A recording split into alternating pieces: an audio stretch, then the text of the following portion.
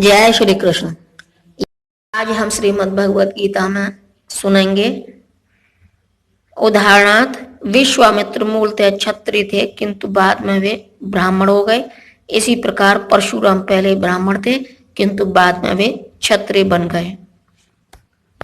पिछले से आगे प्रत्येक इंद्रिय तथा उसके विषय से संबंधित राग द्वेष को व्यवस्थित करने के नियम होते हैं। मनुष्य को ऐसे राग तथा द्वेष के वशीभूत नहीं होना चाहिए, क्योंकि ये आत्म साक्षात्कार के मार्ग में अवरोधक है। तात्पर्य, जो लोग कृष्ण भावना भावित हैं वे स्वभाव से भौतिक इंद्रिय तृप्ति में रत होने में झिझकते हैं, किंतु जिन लोगों की ऐसी भावना न हो उन्हें शास्त्रों के यम नियमों का पालन करना चाहिए। अनियंत्रित इंद्रिय भोग ही भौतिक बंधन का कारण है, किंतु जो शास्त्रों के यम नियमों का पालन करता है वह इंद्रिय विषयों में नहीं फंसता। उदाहरणार्थ, यौन सुख बद्ध जीव के लिए आवश्यक है और विवाह संबंध के अंतर्गत यौन सुख की छूट दी जाती है। शास्त्रीय आदेशों के अनुसार अपनी पत्नी के अतिरिक्त अन्य किसी स्त्री के साथ यौन संबंध वर्जित है। अन्य सभी स्त्रियों को अपनी माता मानना चाहिए, किंतु इन आदेशों के होते हुए भी मनुष्य अन्य स्त्रियों के साथ यौन संबंध स्थापित करना चाहता है। इन प्रवृत्तियों को दमित करना होगा, अन्यथा वे आत्म साक्षात्कार के मार्ग में बाधक होंगे। जब तक यह भौतिक शरीर रहता है तब तक शरीर की आवश्यकताओं को यम नियमों के अंतर्गत पूर्ण करने की छूट दी जाती है, किंतु फिर भी हमें ऐसी छूटों के नियंत्रण पर विश्वास नहीं करना चाहिए।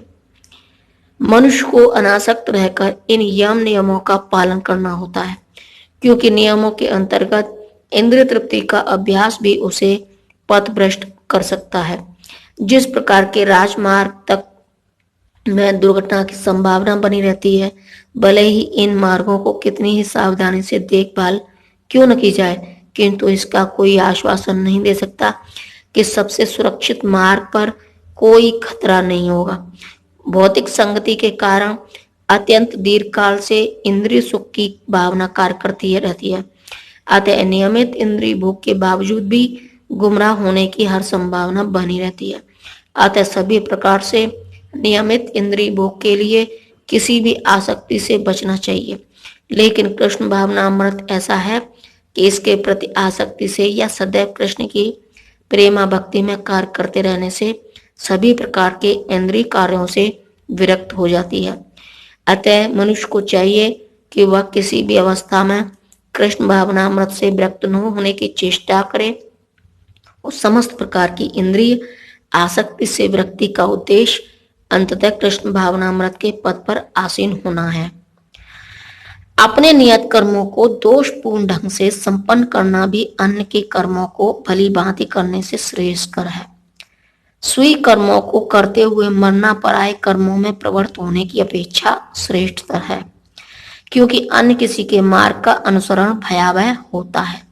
तात्पर्य, अतः मनुष्य को चाहिए कि वह अन्यों के लिए नियत कर्मों की अपेक्षा अपने नियत कर्मों को कृष्ण भावनामृत में करे। भौतिक दृष्टि से नियत कर्म मनुष्य की मनोवैज्ञानिक दशा के अनुसार भौतिक प्रकृति के गुणों के तात्पर्य, अतः मनुष्य को चाहिए कि वह अन्यों के लिए नियत कर्मों की अपेक्षा अपने नियत कर्मों को कृष्ण भावनामृत में करे। भौतिक दृष्टि से नियत कर्म मनुष्य की मनोवैज्ञानिक दशा के अनुसार भौतिक प्रकृति के गुणों के अधीन आदिष्ट कर्म है। आध्यात्मिक कर्म गुरु द्वारा कृष्ण की दिव्य सेवा के लिए आदेशित होते हैं, किंतु चाहे भौतिक कर्म हो या आध्यात्मिक कर्म, मनुष्य को मृत्यु पर्यंत अपने नियत कर्मों में दृढ़ रहना चाहिए। अन्य के निर्धारित कर्मों का अनुकरण नहीं करना चाहिए। आध्यात्मिक तथा भौतिक स्तरों पर ये कर्म भिन्न भिन्न हो सकते हैं, किंतु कर्ता के लिए किसी प्रामाणिक निर्देशन के पालन का सिद्धांत उत्तम होगा। जब मनुष्य प्रकृति के गुणों के वशीभूत हो तो उसे उस विशेष अवस्था के लिए नियमों का पालन करना चाहिए, उसे अन्यों का अनुकरण नहीं करना चाहिए। उदाहरणार्थ, सतोगुणी ब्राह्मण कभी हिंसक नहीं होता, किंतु रजोगुणी क्षत्रिय को हिंसक होने की अनुमति है। इस तरह क्षत्रिय के लिए हिंसा के नियमों का पालन करते हुए विनष्ट होना जितना श्रेष्ठकर है उतना अहिंसा के नियमों का पालन करने वाले ब्राह्मण का अनुकरण नहीं। हर व्यक्ति को एकाएक नहीं अपितु क्रमशः अपने हृदय को स्वच्छ बनाना चाहिए। किंतु जब मनुष्य प्रकृति के गुणों को लांघ कर कृष्ण भावनामृत में पूर्णतः लीन हो जाता है तो वो प्रामाणिक गुरु के निर्देशन में सब कुछ कर सकता है। कृष्ण भावनामृत की पूर्ण स्थिति में एक क्षत्रिय ब्राह्मण की तरह और एक ब्राह्मण क्षत्रिय की तरह कर्म कर सकता है।